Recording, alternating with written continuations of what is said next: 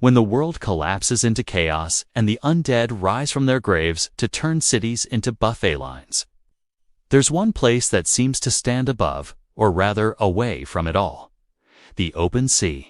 And not just any ship floating aimlessly like an abandoned yacht. No, we're talking about a naval ship, a fortress of steel, armed to the teeth, built to endure war, isolation, and the kind of boredom that only sailors and apocalypse survivors truly understand. But would surviving on a naval ship in a zombie apocalypse actually be a good idea? Or would it turn out to be the oceanic version of a slow, claustrophobic nightmare?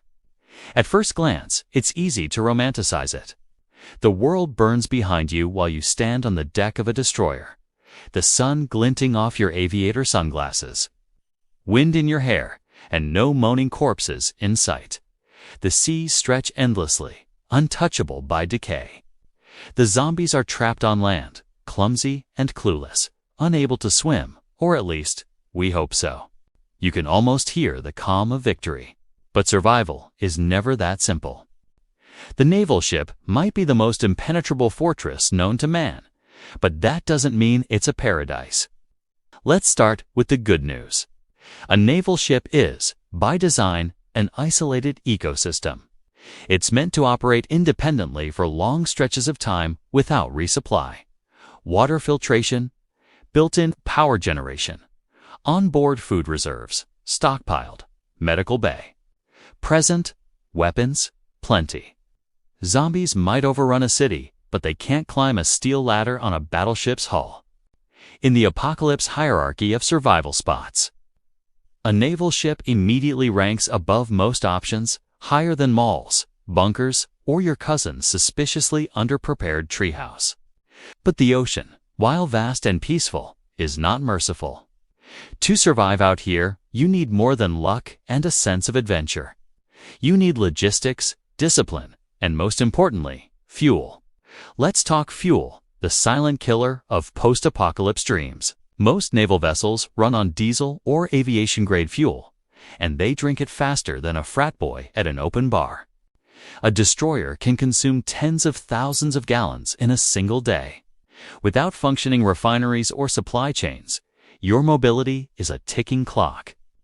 Once you're out of fuel, your floating fortress becomes a very large, very stationary raft. Sure, you're still safer than land, but without engines. You're at the mercy of currents and storms, which, as any sailor will tell you, have worse moods than zombies. And what about nuclear-powered ships, you ask? Ah, yes, the holy grail of apocalypse mobility. Aircraft carriers and submarines with nuclear reactors could, theoretically, remain operational for years. Power would not be your problem. Radiation and maintenance would.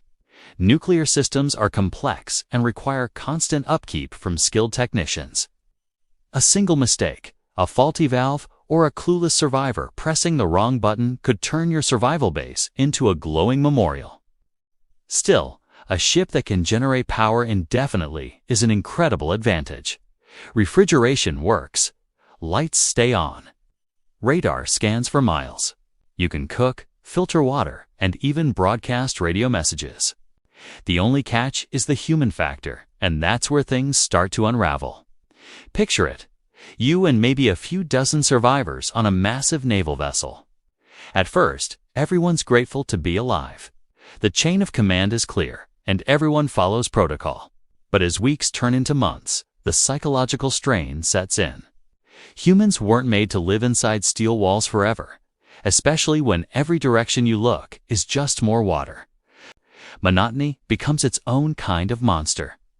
People begin to argue over small things: food rations, watch duties, leadership. Someone misses their family. Someone else starts hearing things below deck. The sea doesn't forgive madness. It amplifies it. And then there's the matter of supplies. Sure, a naval ship starts with an impressive stockpile, crates of food, ammunition, and medicine. But it's not infinite. Even with rationing, supplies will eventually run low. Fishing can help, but you'll need to maintain equipment and preserve catches. Saltwater corrosion doesn't care about your survival plan. It eats metal, gears, and patience alike. fresh vegetables. Forget it. Unless you turn the ship's deck into an improvised hydroponic farm, which, admittedly, would look fantastic in a post-apocalyptic documentary. You're looking at a diet of canned goods, Mr. E's, and whatever sea life you can catch. Now let's bring in the social dimension, the hardest part of survival anywhere. In confined spaces like ships, hierarchy is everything. A strong captain keeps morale and order intact. But in the apocalypse, old titles lose their power. When the last orders from command fade into static, authority becomes a matter of trust, not rank. Imagine a group of sailors, engineers, and civilians debating whether to dock at a nearby island for supplies or stay adrift. Half want safety, half want freedom. Power struggles on a ship are not just arguments, they're survival risks. One bad decision could lead to mutiny, sabotage, or, in true zombie fashion, opening the wrong hatch at the wrong time. Speaking of wrong hatches, let's talk about infection. The reason the naval ship sounds ideal is its isolation.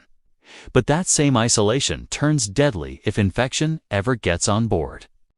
A single bite that goes unnoticed, a single person hiding symptoms, and you have a nightmare.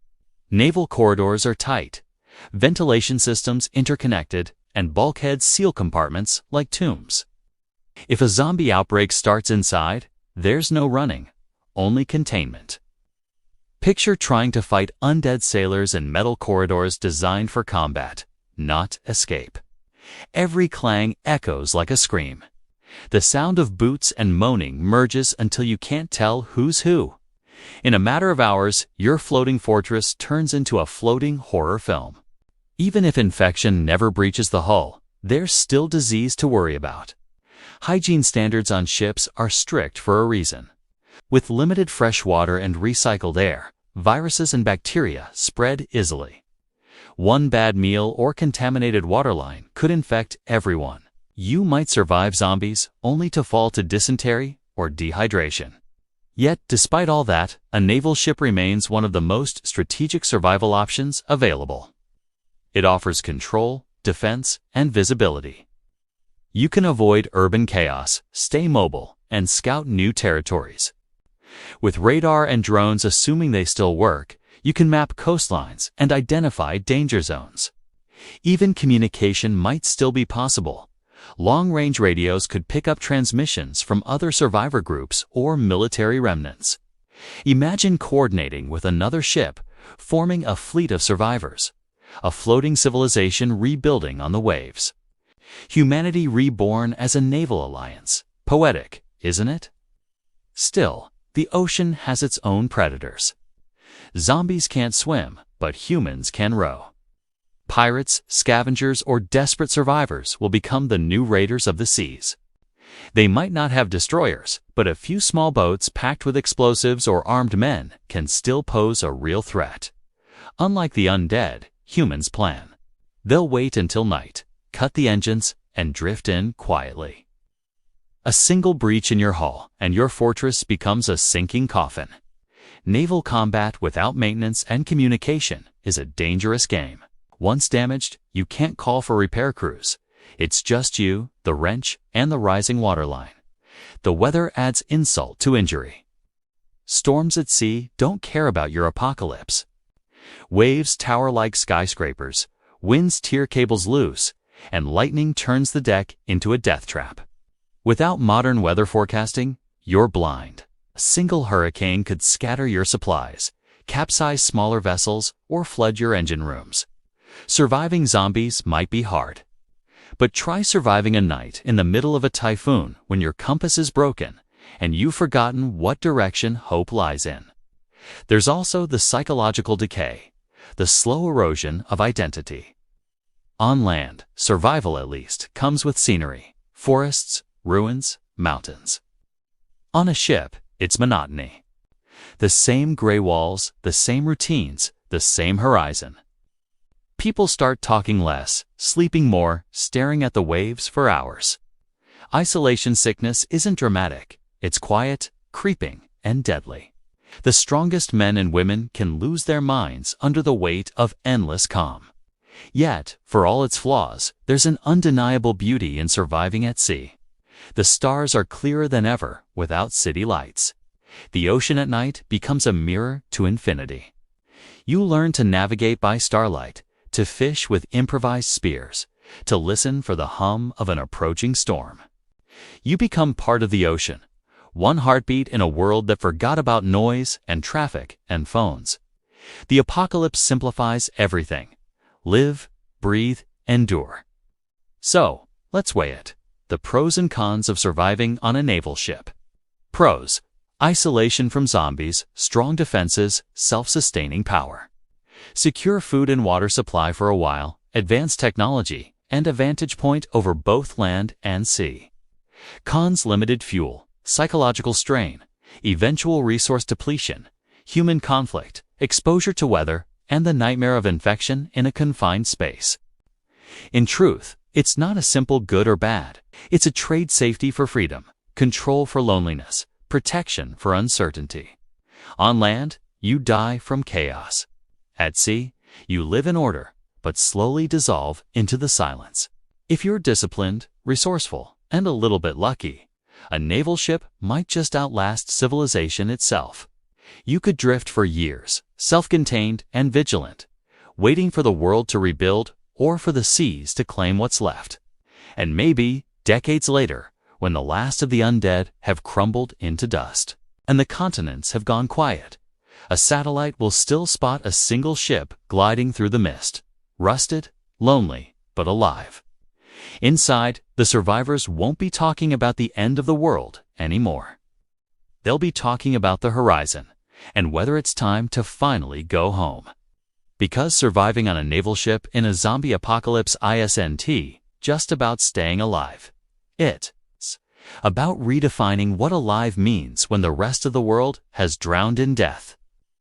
And that, perhaps, is the truest form of survival.